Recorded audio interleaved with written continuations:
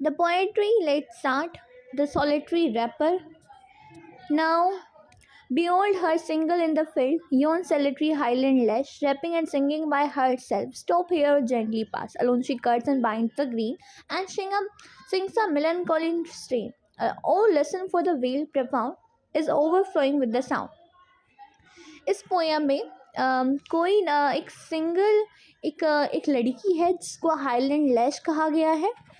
वो अकेली है पूरी फील्ड में एंड वो रैपिंग कर रही है, कटिंग डाउन गैदरिंग क्रॉप्स, मतलब वो क्रॉप्स को काट रही है एंड अपने आप गाना गा रही है। हाईलैंड लैश जो है वो गाना गा रही है, फील्ड में अकेली है। स्टॉप हियर और gently pass, alone she cuts and binds the green. वो अकेली जो हाईलैंड लैश जो लड़की है वो खुद से ही जो क्रॉप्स है वो कट्स कर रही है और उसको बाइंड्स कर रही है। एंड सिंग्स अ मेलनकोली स्ट्रेन, और एक बड़ा सैड सॉन्ग, एक उदासी भरा गाना वो गा रही है। और listen for the well profound, और यहाँ पे थोड़ा सा वैसे उसको थोड़ा अच्छे से उसको वो करने के लिए इसको बताया गया है कि O lesson for the well profound का मतलब है यहाँ पे डीप वैली। जो उस लड़की की मेलनकोली स्ट्रेन है, जो उसकी उदासी भरी आवाज़ है, is overflowing with the sound से वो ओवरफ्लो कर रही है पूरी डीप वैली को। No nightingale did ever chant more welcome notes to weary bands of travelers in some shady hand among Arabian sand। यहाँ पे जो वेलकम नोट्स, जो उस लड़की का जो सेड भरा उदासी भरा जो सॉन्ग है वो इतना इतना इतना अच्छा सॉन्ग गा रही है वो कि नोट्स ऐसा लग रहा है कि वो वेलकम नोट्स है। वेलकम नोट्स मतलब उनके वेलकम्स के लिए कहा जा रहा है। जो वेरी बैंड्स, वो वेरी बैंड्स उन्हें कहा जाता है जो टायर ग्रुप्स ऑफ ट्रैवलर्स जो काफ़ी थके हुए होते हैं। उन ट्रैवलर्स को हमें यहाँ पे वियर बैंड्स कहा गया है, of travellers and some shady hands among Arabian sands में। So a voice so thrilling and never was heard. जो वॉइस जो है वो काफ़ी एक्साइटिंग है, थ्रिलिंग मीन्स एक्साइटिंग है, never was heard in spring time from the cuckoo bird.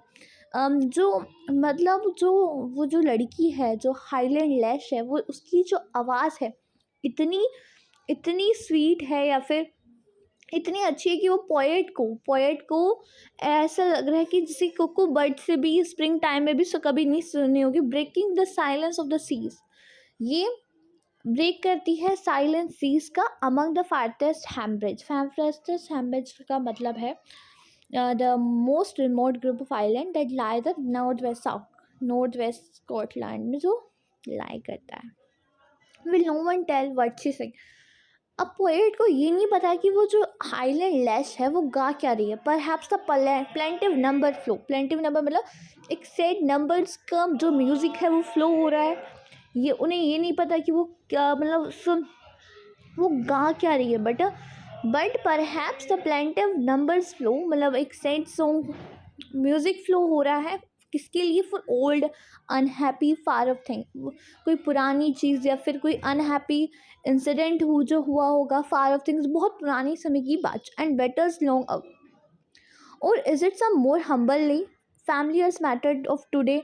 हो सकता है आज का कोई फैमिलियर मैटर हो, जब वो जो प्लेंटिव नंबर फ्लो हो रहा है वो उसके रीजन्स यहाँ पे पोएट अपने आप को थोड़ा सोचने की कोशिश करें। सम नेचुरल सोरो लॉस और pain that has been may be again whatever the theme the maiden sang. ये नहीं पता कि जो मैडन है यहाँ पे, मैडन उस लड़की को कहा गया है, ये नहीं पता कि वो मैडन क्या गा क्या रही है, उसकी थीम क्या है। और as if her song could have no ending I saw her singing at her work. मैंने पोएट ने उस लड़की को, उस मैडन को गाना गाते हुए देखा अपने काम के साथ।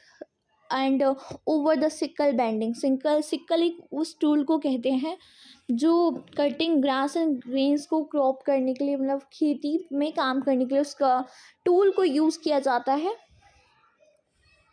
I listen motionless and still, जो पोएट है उसने उस जो मैडन का जो उसने गाया है, जो सॉन्ग जो उसने गाया है, उसने उसने उसे मोशनलेस बिना हिले डुले एक जगह पे स्थिर होकर उसको सुना है। And has I mounted up the hill, जब poet mounted up the hill मतलब जब वो हिल पे जो माउंटेन पे माउंटिंग कर रहा था, mounting up the hill, the music in my heart and bore long after it was heard no more, उसके दिल में वो म्यूज़िक समा गया और वो काफ़ी टाइम तक उस म्यूज़िक को उसकी रिमेंबर रहा उसकी यादों में। सो ये जो ये पोइट्री है ये गाई है, ये पोएट, इसकी पोएट जो है वह है विलियम वर्ड्सवर्थ। काफ़ी इंटरेस्टिंग पोएम। Thanks guys.